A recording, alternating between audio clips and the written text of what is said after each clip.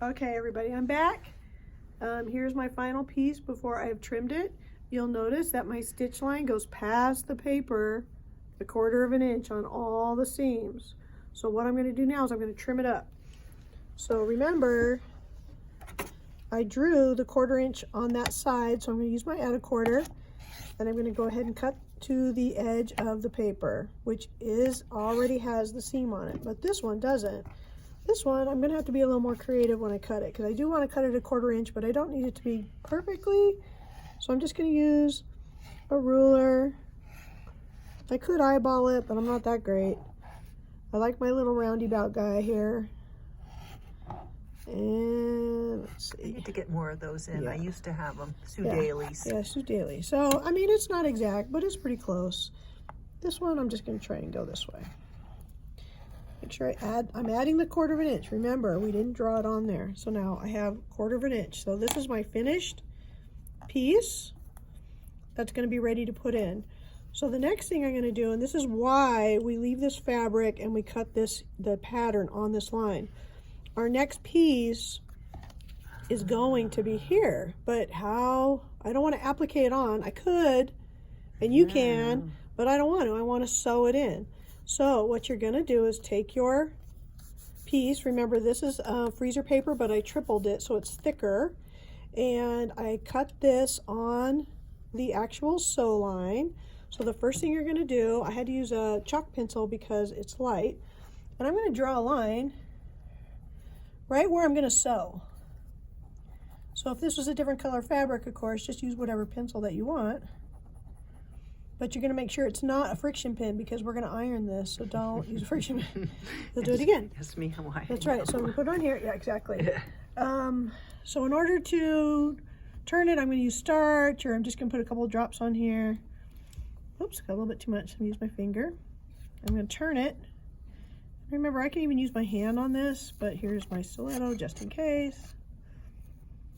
Turn it. It should turn pretty quick.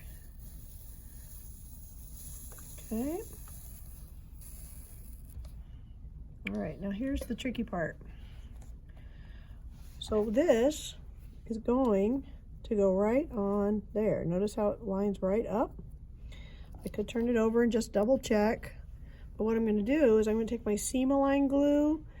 I found that my applique glue isn't quite strong enough, so this is a little bit stronger. I'm going to actually glue right underneath here. I can't quite tell if it's coming out. Is it coming out, Mary? It's hard to tell. Hard to tell. Did it dry? Did mine dry up? Oh, I'm going to have to poke it with a pencil, you guys. Hold on. Poke it with a pin?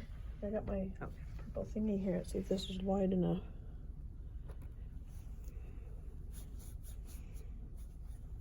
Maybe not. Let's see. There we go. Okay. So I'm putting some glue under here. Oops. It's moved a little bit. Not a big deal. In fact, probably easier without it, so you can kind of see what I'm doing. Okay. And I don't mind using a lot of glue on this because I'm going to sew it. It's not like it's going to wash out right away. Put that on right there. Now the Seam-Align glue works with iron. It needs to have some heat. Well, it's a little low, so I'm going to move it up a little bit. Okay. Let's see if that works. Hit it with my iron.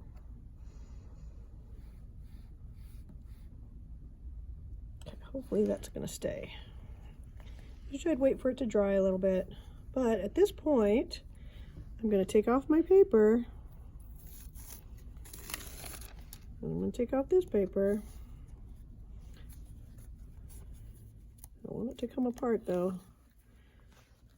Yeah, see, it holds a lot better than just regular glue. So now what I'm going to do, now that it's glued, and I still have that chalk mark, I'm going to actually take it to my sewing machine and I'm going to sew on that chalk mark, and it will stay.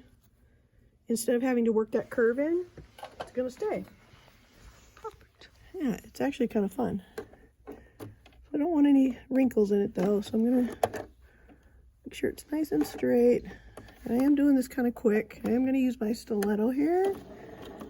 You got to go kind of slow. Don't want any puckers.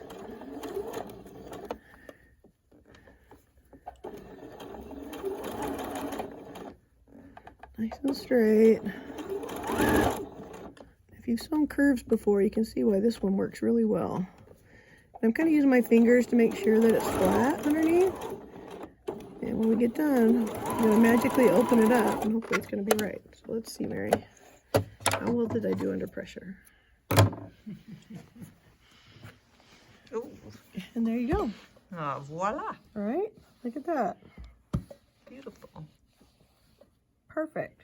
So that's how you're going to sew these curves, and that's why you leave your pattern without that on there, because otherwise you'd have paper and you're trying to fold it.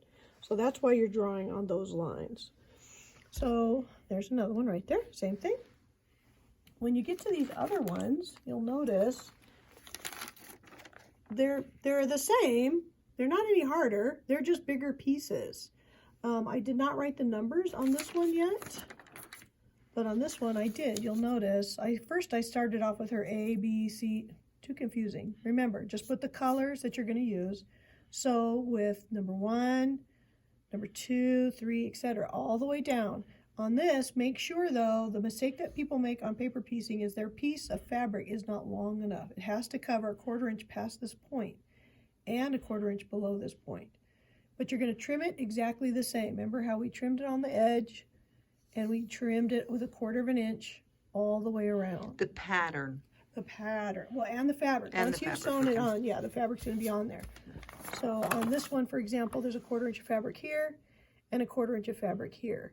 And this is put on exactly the same way as we put this on. You're going to glue it, take the paper off, and then you're going to sew in the line. And we have a customer, so we're going to come back. Okay, hold on. Goodbye. Goodbye.